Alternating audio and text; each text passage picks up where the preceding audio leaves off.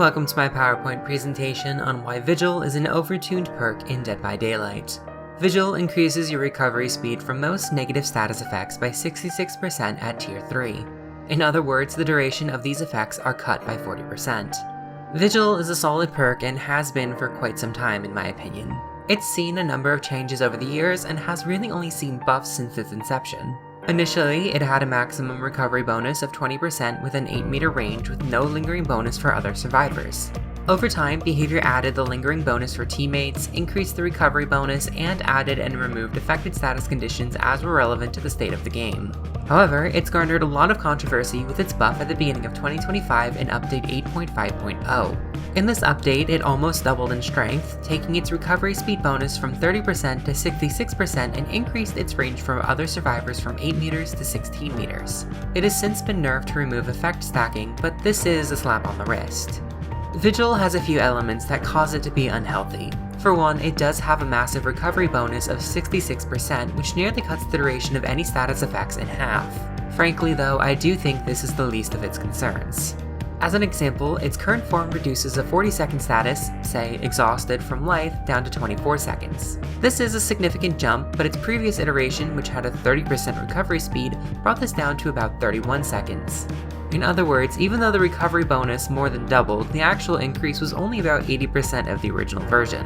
Don't get me wrong, this is still a large increase, but I do think people slightly overthink how much the buff actually was compared to what it was originally.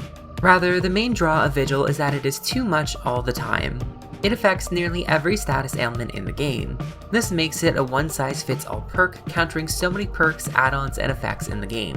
Survivors can equip exhaustion perks or perks like Shoulder the Burden, For the People, or Deliverance to drastically mitigate their downsides.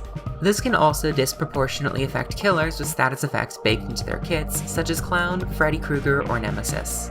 Not only does it affect so many status effects, but it is constantly active and extends to other survivors. There is no downtime, there is no cooldown, there is no way in which Vigil does not benefit the survivor.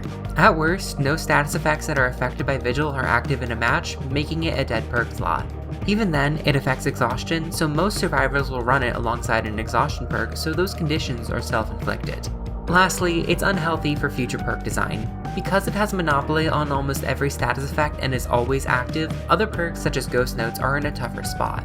Not only do they need to compete by offering some strong, unique effects, but their recovery bonuses will subsequently be negligible because you don't want to create a 15-second sprint burst. I think there's a very simple solution here. Turn Vigil into a boon perk. This retains its theming and mechanics but introduces a setup and restrictions. Now, survivors do not get status reductions completely for free in every chase they have, and killers have an additional means to mitigate its effects. I've also opted to reduce the bonus down to a maximum of 50%, putting it about halfway between its current and previous iterations. At 50%, this reduces a 40-second status down to about 27 seconds, as opposed to 24 seconds with 66% and 31 seconds with 30%. Not only is this a healthier way to balance a near universally applicable perk, but Vigils in real life can be small displays as a means to build coalition among people. A boon totem is probably a good metaphor for this concept. Lastly, this can give behavior some breathing room in designing new perks. As we've seen with Ghost Notes, we may get new perks or rework old ones that include status-specific recovery bonuses. This might be a good way to breathe life into some underwhelming perks without proactively nerfing these new designs for fear of effect stacking. Thanks for watching, leave a like, and put your thoughts in the comments below.